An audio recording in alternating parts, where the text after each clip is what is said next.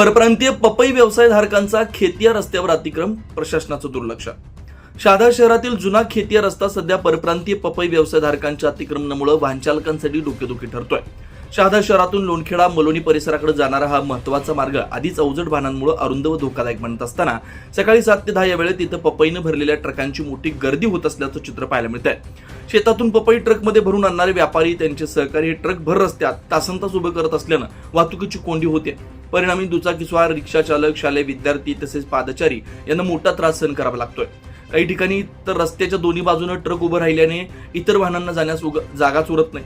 विशेष म्हणजे हरियाली गेट परिसरात सकाळच्या वेळी परिस्थिती अधिक बिकट होते। तिथं भर रस्त्यात उभे असलेल्या अवजड वाहनांमुळे अपघातांचा धोका वाढलाय। पायी चालणाऱ्यांसाठी तर हा भाग मृत्यूला आमंत्रण देणारा ठरत असल्याची नागरिकांची भावना आहे। शालेय विद्यार्थी व ज्येष्ठ नागरिकांना या मार्गावरून जाताना मोठी कसरत करावी लागते। स्थानिक नागरिकांचं म्हणणं आहे की पपई व्यवसायामुळे आर्थिक उलाढाल होत असली तरी त्यासाठी वाहतुकीचं नियोजन आवश्यक आहे। व्यापाऱ्यांनी स्वतंत्र जागेवर ट्रक उभे करावेत किंवा स्थानिक प्रशासनाने निश्चित पार्किंग व्यवस्था करावी अशी मागणी होते। अन्यथा एखादी गंभीर दुर्घटना घडल्यास त्याची जबाबदारी कोण घेणार असा प्रश्न उपस्थित केला जातोय। दरम्यान नगरपालिकेचे व पोलीस प्रशासनाचं या प्रकाराकडे दुर्लक्ष होत असल्याची चर्चा शहरात सुरू आहे। वाहतूक शाखेनं सकाळच्या गर्दीच्या वेळेत विशेष पथक नेमून नियोजन करावं, अतिक्रमणावर कारवाई करावी अशी मागणी जोर धरते। शहरातील महत्त्वाच्या मार्गावर सुरू असलेली अराजकता तात्काळ थांबवून शिस्तबद्ध व्यवस्था उभारावी, अन्यथा नागरिकांच्या रोषाला प्रशासनाला सामोरं जावं लागेल असंही स्थानिकांकडून सांगण्यात येत आहे।